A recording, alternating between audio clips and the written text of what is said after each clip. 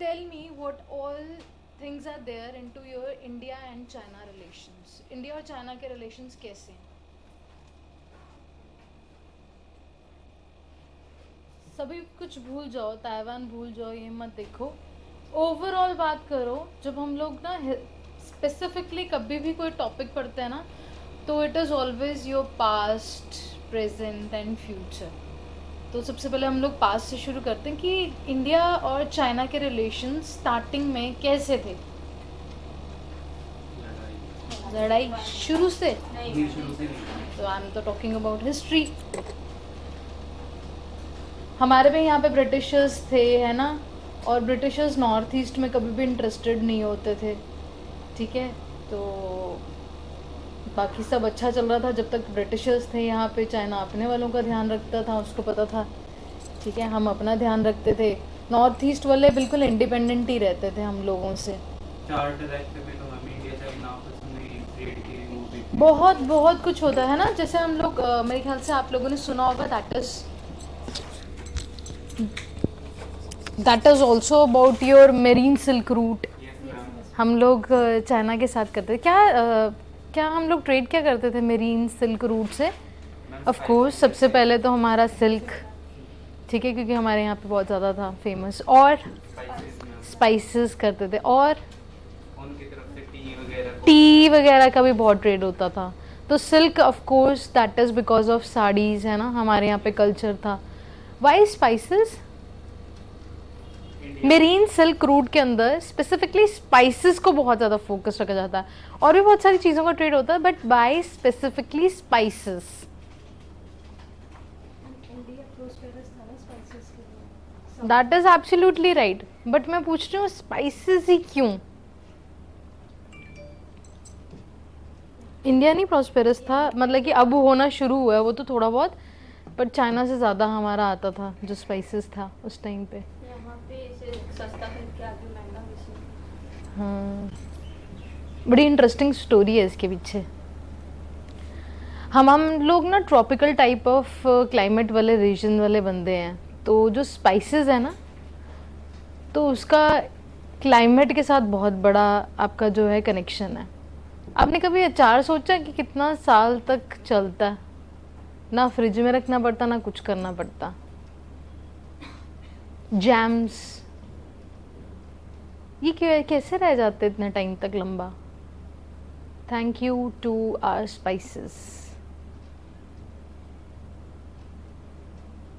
जो ये तेल है ना और जो स्पाइसेस हैं, इवन ना यूरोप में भी बहुत ज़्यादा हमारे यहाँ पे स्पाइसेस जाते थे जो मेरीन सिल्क रूट के द्वारा था ना. तो दैट इज़ हम लोग बहुत भेजते थे, क्योंकि ये लोग बहुत ज़्यादा आपका मटन और ये चिकन वगैरह बहुत ज़्यादा खाते थे. तो उसके ऊपर ना ब्लैक पेपर और सॉल्ट वगैरह जब लगा के रखते थे तो काफ़ी टाइम तक वो लंबा जो है सस्टेन कर जाता और लंबा रह जाता था. वही हमारा अचार के साथ होता है अभी तक. स्पाइसेस इसी वजह से उसमें इतने ज़्यादा यूज़ होता है. जैम्स के अंदर ना शुगर एज अ प्रिजर्वेटिव होता है, तो इस वजह से ये बहुत लंबी चीज़ें चलती हैं. तो क्लाइमेटिक और ना फूड स्पेसिफिकली प्रिजर्व करने के लिए स्पाइसेस का बहुत ज़्यादा ट्रेड होता था.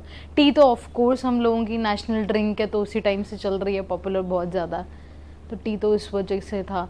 टी का हमारे यहाँ पे मतलब कि अभी तक टी बहुत कम रीजन्स में होती है इंडिया में. कहाँ कहाँ होती है टी? असम में, हाँ. साउथ में होती है. कहाँ होती है साउथ में? बहुत कम होती है, पता है, साउथ में भी. वहाँ पे भी ज़्यादा जो है ना, it's more about coffee. Even हमारे हिमाचल में होती है टी. होती है, पालमपुर रीजन में होती है. वो भी बहुत मतलब कि नेग्लिजिबल. इतनी तो हम लोग पी जाते हैं, तो उसका कोई सिग्निफिकेंस नहीं रहता. ठीक है, तो बहुत कम. बट जो मेजर चंक है ना, ये दार्जिलिंग और ये आपका सब कुछ जो है, ऑफ कोर्स साउथ इंडिया में भी हैं, डेफिनेटली हैं हम लोगों के. बट मैंने जैसे बताया, जितना ओवरऑल हमारी पॉपुलेशन बढ़ती जा रही है उस हिसाब से तो तब से चलता आ रहा है ये सब ट्रेड. इंडिया और चाइना रिलेशंस अगेन यहाँ पे नहीं ख़त्म होते. एक नारा था, दैट इज़ योर हिंदी चीनी भाई भाई. हम तो बोल ही नहीं सकते कि हमारी कभी लड़ाई थी इन लोगों के साथ। हम तो पाकिस्तान को अपना दुश्मन समझते थे कि पाकिस्तान के साथ हमारा ऐसा हो सकता है, पाकिस्तान के साथ ये हो गया, 56 में वॉर हो गई है ना, सब कुछ हो गया। हमने कभी सोचा ही नहीं था कि हमारा चाइना के साथ भी वॉर हो सकती है। और सबसे पहली वॉर कब हुई? 62 में, जब एकदम से चाइना ने अपना रूप दिखाया और अरे ये क्या हो गया, चाइना ने हमला कर दिया हम पे। हम तो हिंदी चीनी भाई भाई के नारे लगाते थे। तब हमारे ना कृष्ण अय्यर जी, हमारे फॉरेन मिनिस्टर्स ना शुरू से बोलते थे कि दोनों फ्रंटियर्स अपने स्ट्रांग रखो। हमने अपनी फोर्सेस हमेशा हमेशा ना कंसंट्रेट की ऑन योर पाकिस्तान साइड। कभी हमने सोचा ही नहीं कि चाइना हमारे साथ कभी लड़ाई करेगा, बट वो हमारी बहुत बड़ी मिस्टेक थी। 62 में बहुत बुरी तरीके से हम पिट गए। उसी के बाद हमारा इंडियन तिब्बतन पुलिस फोर्स भी हम लोगों ने बनाई। उसके बाद हमें समझ में आया कि नहीं, सब जिसके साथ नेबरिंग कंट्रीज है सबके साथ आपका एक मतलब कि आपको फ्रंटियर स्ट्रांग रखना वहाँ से ज़रूरी है। स्पेसिफिकली क्योंकि हम लोग ना इसलिए भी बोलते थे चाइना के साथ हमारे बहुत अच्छे रिलेशंस, क्योंकि यूएन की ना जो परमानेंट सीट के लिए आज जिसके लिए हम लोग लड़ते हैं, उसके लिए नेहरू जी ने बोल दिया था, कहते कि चाइना से तो अच्छा और कोई हो ही नहीं सकता। कहते हमारा ग्रोथ इंजन एशिया का, कहते वो चाइना, कहते आप इनको दो। हमने ठुकरा दी थी। इसके कोई पुख्ता सबूत नहीं है, बट कई बार ये चीज़ भी उठाई जाती है कि परमानेंट मेंबर्स के लिए, जो कि अभी कितने हैं हमारे यूएन के अंदर, 5 है सपोज, है ना, तो उसमें से हमें भी ऑफर हुई थी बट हमने रिजेक्ट कर दिया था। हमने बोला था चाइना को दो, और आज की डेट में हम लोग उसमें घुसना चाहते तो चाइना में बोलता नहीं, इनको नहीं लेके आना। हर बार हमारे हर एक चीज़ डिसीजन को, है ना, वो जो है बैक करता है, बोलता है कि ये ठीक नहीं है, ये ऐसा है वैसा है। बहुत सारे लोगों को हम लोग जो है टेररिस्ट का दर्जा दिलाना चाहते हैं, उसके लिए भी कई बार सपोर्ट नहीं करता चाइना हम लोगों को। सो ये हमारे फ्रंटियर हैं गाइज। और चाइना के साथ अगर मैं कुछ रफली अगर ड्रॉ करूं, थोड़ा छोटा ड्रॉ कर देती हूँ।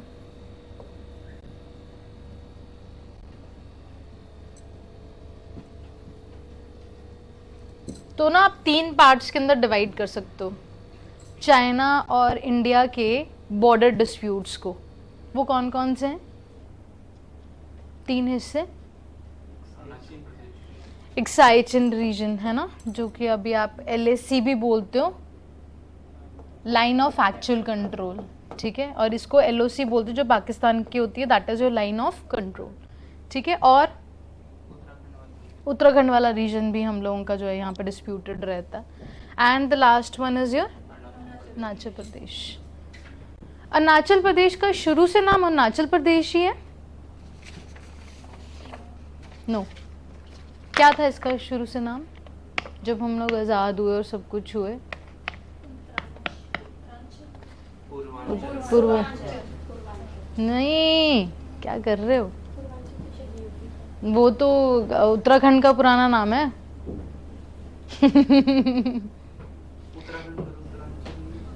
वही तो बोल रही हूँ मैं आप लोगों को कि अरुणाचल प्रदेश का पूछ रहे हैं हम। अरुणाचल प्रदेश का पुराना नाम क्या है? नाफा, नॉर्थ ईस्ट फ्रंटियर एजेंसी। नाफा बुलाया जाता था इसको एक टाइम पे। वो तो धीरे धीरे टेक्निकली उसके बाद विद टाइम हम लोगों ने इसको यूनियन टेरिटरी डिक्लेयर किया, और हम लोगों ने 1987 के अंदर फाइनली इसको जो है, हम लोग पॉलिटी में पढ़ते हैं ये सब चीज़ें, तो पॉलिटी के अंदर हम लोगों ने पढ़ा है इसको कि हमने 84 के अंदर इसको दर्जा दे दिया था फुल स्टेटहुड का। उससे पहले ये एक यूनियन टेरिटरी थी। अब चाइना क्या क्लेम करता? चाइना बोलता है पाम एंड 5 फिंगर्स फिलॉसफी देखता है। हम लोग जब आज़ाद भी हुए थे ना 1947 के अंदर, तो हम लोग ना चाइना से इतना घबराते इस वजह से भी नहीं थे, क्योंकि ये हमारा जो रीजन था ना, दैट वाज योर तिब्बत, वो ना एक बफर जोन की तरह था। बफर कि पहले उसके ऊपर हमला होगा फिर हमारे तक आएंगे। तिब्बत रीजन आप लोगों को पता ही होगा, ठीक है। अपने मैप्स पे चेकआउट कर लेना ऑनलाइन वाले। ये सारा बच्चा तिब्बत रीजन था, तो ये काफ़ी एक मेजर चंक था इसका। हमने कभी सोचा ही नहीं था, हमने सोचा था चलो ये भी एक रीज़न था जिसकी वजह से हम लोग शांत बैठे हुए थे। हमने सोचा कभी चाइना हम लोगों को अटैक ही नहीं करेगा, तिब्बत हमारे ना यहीं पे पास पास ही है, सो कभी ऐसा नहीं होगा। बट 19 आई गेस कौन से ईयर में, यस 50 के अंदर चाइना तिब्बत को जो है ऑटोनॉमस रीजन डिक्लेयर कर देता, और वहाँ से दलाई लामा भी भाग जाते हैं। और आपको लोगों को पता है कि Dalai Lama is in India right now. कहाँ पे?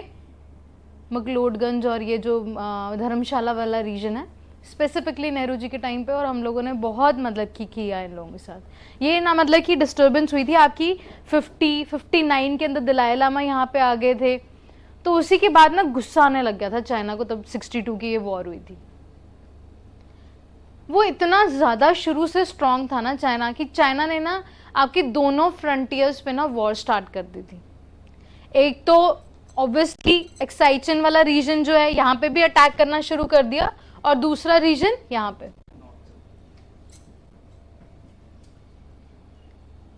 हम लोग इतने बुरे तरीके से हार गए थे, तो ऑफ कोर्स ही बात थी कि हमने समझौता किया, ठीक है, इंटरनेशनल ट्रीटीज़ एंड ये वो, और हमने ना अपने आप को एक्सेप्ट कर लिया कि भाई ये रीजन अब हमारा नहीं है। बट इन रिटर्न जो अरुणाचल प्रदेश है ना आपका, ये रीजन उन्होंने हमें वापस दे दिया था। ये रीजन वहाँ पे वॉर के टाइम पे चला गया था हमारे हाथ से, पर उन्होंने वापस दे दिया। बट ये अभी तक ना क्लेम करते हैं ये हमारा साउथ जो है तिब्बत है, ये हमारा ही पार्ट है, ये उन्होंने वैसे ही किया हुआ, कब्जा किया हुआ है ना। हिस्टोरिकल क्लेम्स दे देते हैं जिसके अंदर 11 प्लेसेस का कभी नाम चेंज कर देते हैं, कभी कुछ कर देते हैं। ये डिस्टर्बेंस ऑलमोस्ट एवरी टाइम चलती रहती है। कम्बिनेशन ऑफ थिंग्स हुई थी आपकी 62 से पहले, ये तो हुआ ही था। इनफैक्ट ना एक स्टोरी थी बड़ी अच्छी कि एक एमपी थे, तो हमें तो ना उस टाइम पे कौन सा कोई आपके ऐसा था, इंटरनेट होते थे या फिर फ़ोन सर्विसेज बहुत ज़्यादा स्ट्रांग होती थी, कोई मैगजीन छपी, मैगजीन के अंदर आया कि चाइना ने यहाँ से रोड भी निकाल दी एक। तब हमें पता लगा कि अच्छा चाइना ने यहाँ से रोड भी निकाल दी। नेहरू जी कहते ये क्या हो रहा है, कहते ये तो हमारा ही पार्ट है। हरी सिंह जी ने उस टाइम पे किया ना आपका सब कुछ जो है, हमारा इंस्ट्रूमेंट ऑफ एक्सेशन साइन हुआ, तो वो हमारा इंटीग्रल पार्ट था एक्साइजन। तो फिर बहस हुई, क्रिटिसाइज हुए आपके पार्लियामेंट के अंदर। तो त्यागी जी थे, उन्होंने बोला, क्रिटिसाइज किया बहुत ज़्यादा। तो वैसे ही आपकी जो रूलिंग पार्टी, उन्होंने बोलना स्टार्ट किया, कहते यहाँ पे लड़ने का इनके साथ फ़ायदा भी नहीं है, कहते यहाँ पे कोई पॉपुलेशन तो है नहीं, कहते आबादी नहीं है, ना कुछ ज़्यादा कुछ ग्रो होता ना कुछ होता। तो त्यागी जी उस टाइम पे गंजे होते थे, तो उन्होंने अपनी टोपी हटाई थी। तो उन्होंने बोला देखो इस सर पे कोई बाल नहीं है, इसका मतलब ये कोई नहीं कोई है कि किसी काम का नहीं है। तो ये मतलब कि हवाला दिया था उस टाइम पे रूलिंग पार्टी और अपोजिशन पार्टी ने। तो यही सर्कमस्टांसेस वगैरह हुए थे। और अभी भी ना कई बार न्यूज़ में ना आप लोगों को ऐसे पूछ लेते हैं कि कौन सा ना आपका एरिया जो है किसके साथ डिस्प्यूटेड है। यहाँ पे ना अभी जो न्यूज़ में चल रहा है वो है आपका तावांग रीजन है आपका ना, एक तावांग रीजन अरुणाचल में जो बहुत ज़्यादा डिस्प्यूटेड मानते हैं, और चाइना ना इसको काउंटर करना चाहता है, मतलब कि हड़पना चाहता है। प्रीलिम्स में ये क्वेश्चन पूछ सकते हैं कि ये रीजन कहाँ पे, ये रीजन कहाँ पे, ऐसे करके मैच द फॉलोइंग में कई बार पूछ लेता है। तो ये तवांग जो रीजन है ना, चाइना के लिए ना बहुत ज़्यादा जो है कल्चरली भी बहुत ज़्यादा इम्पोर्टेंट है। स्ट्रैटेजिकली तो है ही है, क्योंकि भूटान, चाइना, इंडिया, हमारा चिकन नेक कॉरिडोर भी यहीं से निकलता है। अगर आप लोगों को चिकन नेक कॉरिडोर नहीं पता तो एक बार इंडिया का ना मैप निकाल के देखना। चिकन नेक कॉरिडोर एक ऐसा प्लेस जो कि आपकी छोटा सा प्लेस जो कि आपका पूरा नॉर्थ ईस्ट कनेक्ट करता है, ठीक है, इसको हम लोग बोलते हैं चिकन नेक कॉरिडोर। तो इसके पास है, हड़पना चाहता है उसको स्ट्रैटेजिकली। क्यों? और कल्चरली इसलिए क्योंकि यहाँ पे ना बुद्धा जी के जैसे हमारे तीर्थ यात्रा वगैरह होती है ना, यहाँ पे बड़ा इनका स्ट्रैटेजिकली कल्चरली बड़ा इंपॉर्टेंट सा प्लेस है, जहाँ पे एक बड़ा सा झरना है और बुद्धा जी, हाँ आई डोंट नो, मॉनेस्ट्री है कोई बहुत इम्पोर्टेंट, तो आप उसको देख सकते हो। इसलिए भी इसको जो है करना चाहते हैं एक्वायर इस प्लेस को, और हम लोग डेफिनेटली नहीं देना चाहते, क्योंकि अगर ये चीज़ एक्वायर होगी उसके बाद नॉर्थ ईस्ट हमसे कट ऑफ हो सकता है पूरा। ये बहुत बड़ा डेंजर है हम लोगों को। पता लगा?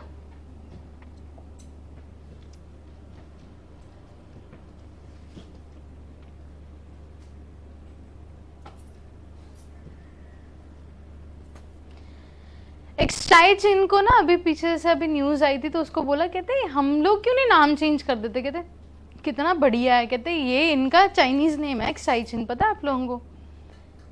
कहते इसको भी आप पता नहीं कौन सा अक्षय पता नहीं कुछ करके ना, इन्होंने अक्षय करके कुछ आपका एक नाम बोल रहे थे, कहते वो क्यों नहीं डिक्लेयर कर देते, हम क्यों इनके नाम जो है इनको फॉलो करें, हम भी कर सकते हैं। बट हम लोगों को पता है कि ना कहीं the China is very powerful, हम लोग नहीं कर पाएंगे कंपटीशन उनसे, ठीक है, कई चीज़ों में। तो हम लोग ज़्यादा पंगे नहीं लेते, हम लोग पंचशील के ऊपर जो है विश्वास रखते हैं। पंचशील का मतलब यही है बच्चे, जो उनके इंटरनली जो चीज़ें चलती हैं वो अपने आप सॉर्ट आउट करें, और जो हमारी इंटरनल है, कश्मीर है ना, और नक्सलिज्म, वो हम अपने आप सॉर्ट आउट करेंगे। ना आप हम में इंटरफेयर करो, ना हम आप में इंटरफेयर करेंगे, को एग्जिस्टेंस करेंगे, पीसफुली करेंगे, एक दूसरे को प्रमोट करेंगे, सपोर्ट करेंगे, ब्रदरहुड से चलेंगे। इसी वजह से हम लोग ना तिब्बत रीजन में कुछ बोलते हैं, एंड सेकंड जो हमारा टॉपिक है दैट इज योर ताइवान।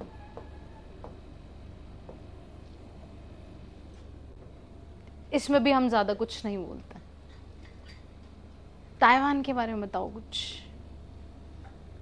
जब कोविड फैला था ना, ताइवान ने ही बताया था, भाई यहाँ पे ना लॉकडाउन चल रहे हैं और चाइना ना लीक नहीं कर रहा बातें। दे वर द फर्स्ट, मतलब कि ऐसा प्रोविंस जिन्होंने अपने कंट्री का पोल खोली थी कि यहाँ पे ऐसे ऐसे इतना बहुत बुरे हाल चल रहे हैं। It was the first one कि भाई कंट्रोल कर लो फिर से, क्योंकि ऐसे लॉकडाउन चल रहे हैं, सिटीज़ बिल्कुल जैम आउट हुई हैं, कोई प्रोडक्शन नहीं चल रही चाइना में, बहुत हाहाकार मचा हुआ, ऐसे कोई आपकी बीमारी फैल गई है। ताइवान के साथ बिल्कुल नहीं पटती चाइना वालों की।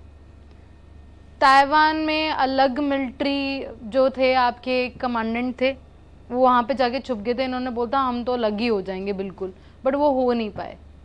Just like your Kashmir issue, वहाँ पे एक ताइवान इशू है।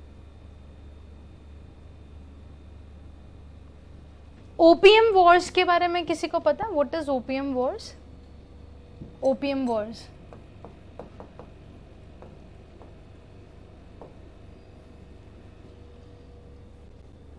वर्ल्ड हिस्ट्री में पढ़ते हैं, बड़ी इंटरेस्टिंग है ये भी। चाइना में शुरू से ना, जैसे अभी भी ना आप जो है इनका सर्च इंजन बिल्कुल लग गया और सब कुछ है, शुरू से ऐसे ही थे ये। इनके ना मेनलैंड के अंदर जाना ही बहुत मुश्किल है। आप जाते हो तो देखोगे वहाँ पे ना इंग्लिश ज़्यादा नहीं बोलते, जिसकी वजह से इनका आईटी सेक्टर कभी ग्रो नहीं किया।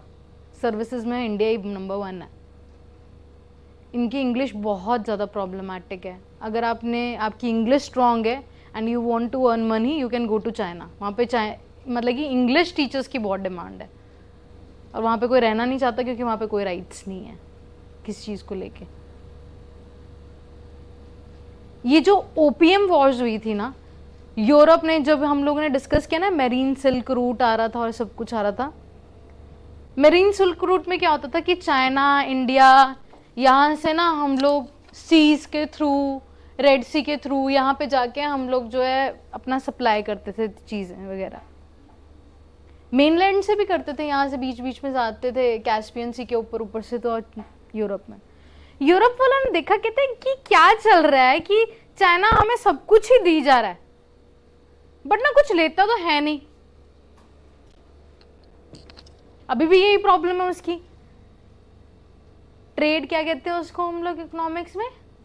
डेफिसिट, मतलब कि पता नहीं क्या, इम्बैलेंस, या फिर कुछ भी बोल लो, बस दे ही जा रहा है सब कुछ और ले रहा नहीं, डेफिसिट वगैरह, यही सब कुछ। तो बोलते अगर आप दे भी रहे हो तो लो भी तो ना कुछ कुछ। तो फिर ना गुस्सा बहुत आया यूरोपियंस को। इन्होंने क्या करना शुरू किया, ओपीएम बेचना शुरू किया इंडिया चाइना के अंदर।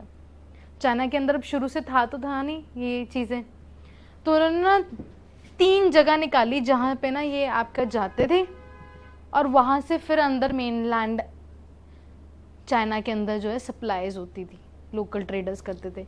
The place was your Hong Kong और मकाओ, और ताइवान ले लो, एक और था, ठीक है, स्पेसिफिकली ये 2 यहाँ पे पहुंचते थे और यहाँ पे जाके ओपीएम बेचते थे।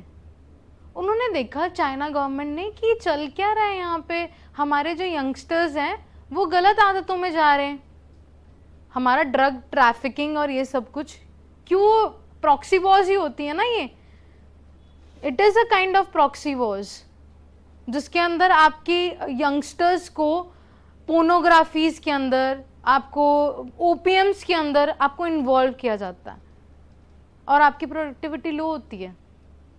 आजकल वो चीज़ पता है किस चीज़ से काउंटर कर रहे हैं हम लोग, प्रॉक्सी वॉर्स, ऑनलाइन गेमिंग, उसको भी आजकल एक तरीके का ओपीएम बोल रहे हैं।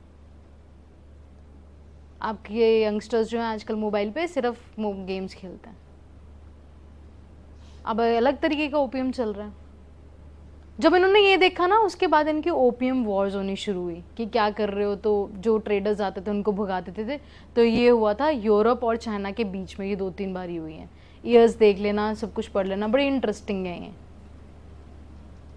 ये सब चीज़ें हुई हमारी ओपीएम वॉर्स के अंदर। इसीलिए ना आज तक ये जो आपके 2 रीजन्स हैं ना, हांगकांग और मकाओ, अभी तक हम लोग इनको वो बोलते हैं बच्चे, दैट इज योर एससीआर। ये चाइना का ना एक स्पेशल एडमिनिस्ट्रेटिव रीजन है। इट्स नॉट अ लाइक जैसे कि हमारी स्टेट्स होती है ना, यहाँ पे इनके अलग से जो है चीफ एग्जीक्यूटिव ऑफिसर्स होते हैं जो इन कंट्रीज को पूरों को आपका जो है एडमिनिस्ट्रेट करते हैं, और उनको बोलते हैं हम लोग SCRs, special administrative regions. China ना इनको कभी खोना नहीं चाहता। वर्ल्ड की mobile capital Macau, shopping paradise of the world Hong Kong, they are like a golden goose for your China. वो कभी इसको जो है खोना नहीं चाहते कि यार चले जाएं, कभी हमसे दूर चले जाएं, कभी कभी नहीं चाहेंगे वो लोग। वो चाहते हैं कि हमारे साथ जुड़े रहें, तो उनको हमने एक तरीके की ऑटोनॉमी भी दे दी, थोड़ी सी डेमोक्रेसी भी दे दी कि खुद अपना आप सीईओ जो है आप अपने आप डिक्लेयर कर लो और सब कुछ कर लो, और एक तरीके का हमारे इंटीग्रल पार्ट भी है। वही ताइवान के साथ है, बेचारे के साथ, बट ताइवान बिल्कुल नाखुश है और सब कुछ है। ताइवान के ऊपर हमेशा अटैक करने की बातें करता है चाइना, क्योंकि वो बहुत ज़्यादा रिबेल करता, बहुत कॉन्टीन्यूसली रिबेल करता, और जिसकी वजह से आपके न्यूज़ में बार बार चीज़ें आती रहती। समझ में आया? 2 मिनट देखो, इसमें कोई डाउट हो तो प्लीज़ पूछो।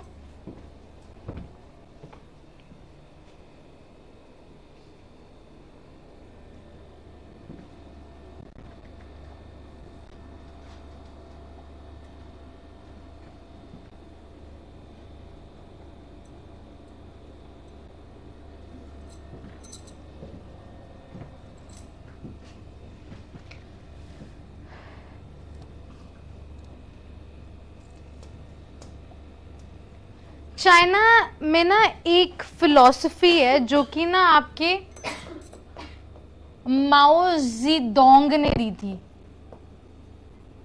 1 पाम एंड 5 फिंगर्स की फिलॉसफी। उन्होंने तब बोला था कि 5 फिंगर्स, 5 फिंगर्स एंड 1 पाम। ये जो पाम है ना, that is basically your Tibet. और कहते हैं 4, ये जो 5 फिंगर्स हैं वो कौन कौन सी हैं, जो कि हमारा इंटीग्रल पार्ट है। The number 1 is Arunachal Pradesh, और किसको क्लेम करता है चाइना, लद्दाख बोलेंगे, लद्दाख रीजन, और नेपाल, सिक्किम एंड भूटान। इन रीजन्स को ना वो बोलता है दैट इज योर कि ये हमारा ही पार्ट है। ये आपको एलबीएम में सब कुछ मिल जाएगा, सारा कुछ ना लिखा हुआ है। अब मुझे एग्जैक्टली नहीं पता कि मैंने कहाँ जैसे लिखा हुआ है, तो मैंने अभी आप लोगों को लिख के बता दी।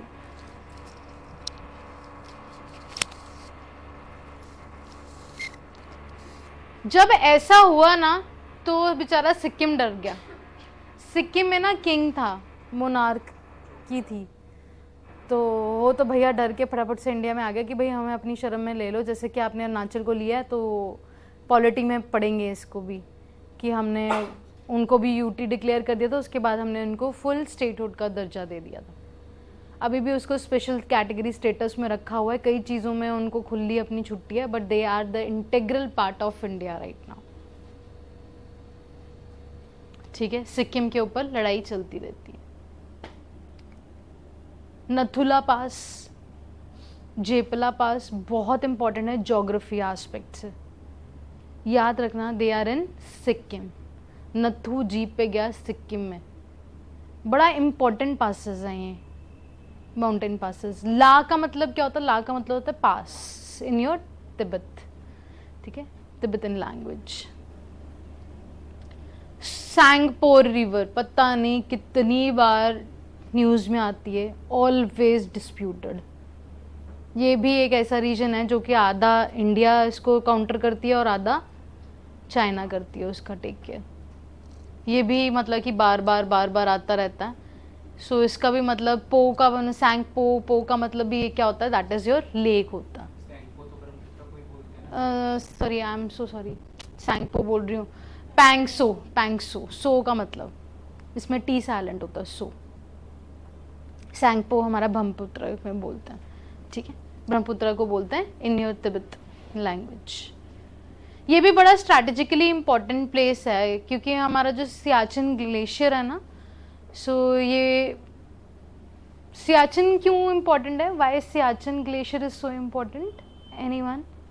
सियाचिन, आप लोगों ने सुना सियाचिन का नाम? एवरीवन, है ना? वो इतना स्ट्रैटेजिकली क्यों इम्पोर्टेंट है? ये अक्साई चीन को और मतलब कि ये एक ऐसा ना टॉप मोस्ट पॉइंट है, highest battlefield of the world है। यहाँ पे हमारी पता है वो हमारी इंडिया की कहते हैं 2% जीडीपी इस बेचारे को मेंटेन करने के लिए निकल जाती है, but it is so strategically important कि हम लोग चाइना क्या कर रहा है, पाकिस्तान क्या कर रहा है, हम लोग अच्छे से देख सकते हैं। और जब विंटर्स का टाइम आता है ना तो इसकी डीमिलिटराइजेशन भी हो जाती है, पीस अकॉर्ड साइन होता है, तो कई बार ऐसा होता है कि पाकिस्तानी वाले जो हैं आके कई बार हमला भी कर देते हैं और सब कुछ कर देते हैं। But this is the condition right now in your Siachen glacier. बहुत सारे हमारे जो सोल्जर्स हैं वो हर साल क्लाइमेट चेंज की वजह से और सब कुछ अपनी जान भी खो देते हैं यहाँ पे। हमारी काफ़ी जीडीपी जो है हमारी इसको मेंटेन करने के लिए निकल जाती है, बट हमारे लिए बड़ा स्ट्रैटेजिकली इंपॉर्टेंट प्लेस है, इसलिए ये भी न्यूज़ में बार बार रहता है। इस चीज़ को भी दिमाग में रखें, ठीक है। ये उसी का है, वहीं से ये लेक बनती है आपकी, दैट इज़ योर पोंगसोंग जो हमारी लेक है, ठीक है, राइट।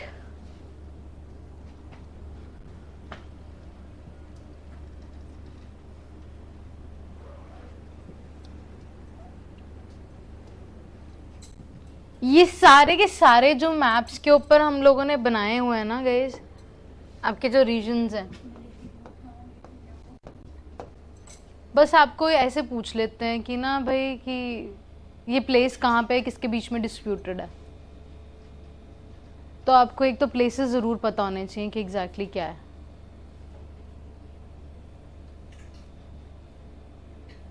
ठीक है, गलवान वैली के बारे में, ठीक है, और सब कुछ। ये जो पॉइंट नंबर 14 और पॉइंट नंबर 15 ये इनके ऊपर याद पॉइंट नंबर 14 और 15 वो जो न्यूज़ में था वो, हाँ देख लेना एक बारी, आई एम नॉट श्योर, देख लेना एक बारी, हो सकता।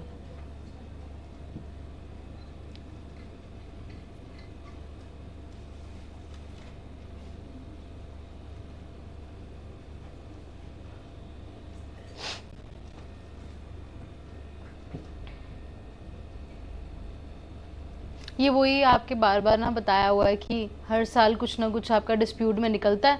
2013 के अंदर ना ये आपका दिप्सांग इशू उठा था, फिर उसके बाद चूमर आपका इशू उठा था, 2017 में ढोकलाम इशू बड़ा इम्पोर्टेंट आया था, और ये भूटान के अंदर प्लेस थी। बेसिकली ना भूटान और चाइना के बीच में डिस्प्यूट हुआ था, बट इंडिया ने इंटरवेन किया था क्योंकि ऑफ कोर्स मैंने बताया ना 5 फिंगर्स, और भूटान बेचारा जो है हमारे साथ बहुत अच्छे लिंक्स हैं उसके, तो हमारे ऊपर बहुत ट्रस्ट करता है, तो फटाफट से इंडिया गया था उनको बचाने के लिए। और हमारे लिए भी बड़ा इंपॉर्टेंट था कि वो बचा रहे, नहीं तो हमारा फिर से वो जो नॉर्थ ईस्ट वाला है वो ख़त्म हो जाता, वही रीजन।